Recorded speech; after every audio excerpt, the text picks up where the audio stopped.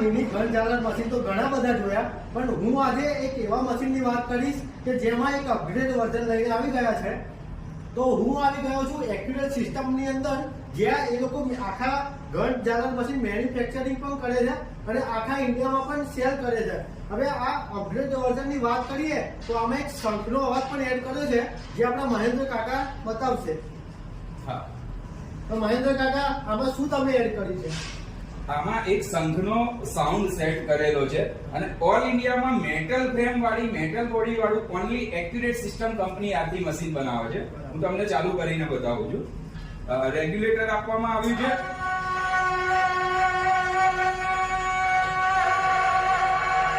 શંખની સાથે સાથે આરતી પણ વાગશે, એના માટે અલગ બટન છે.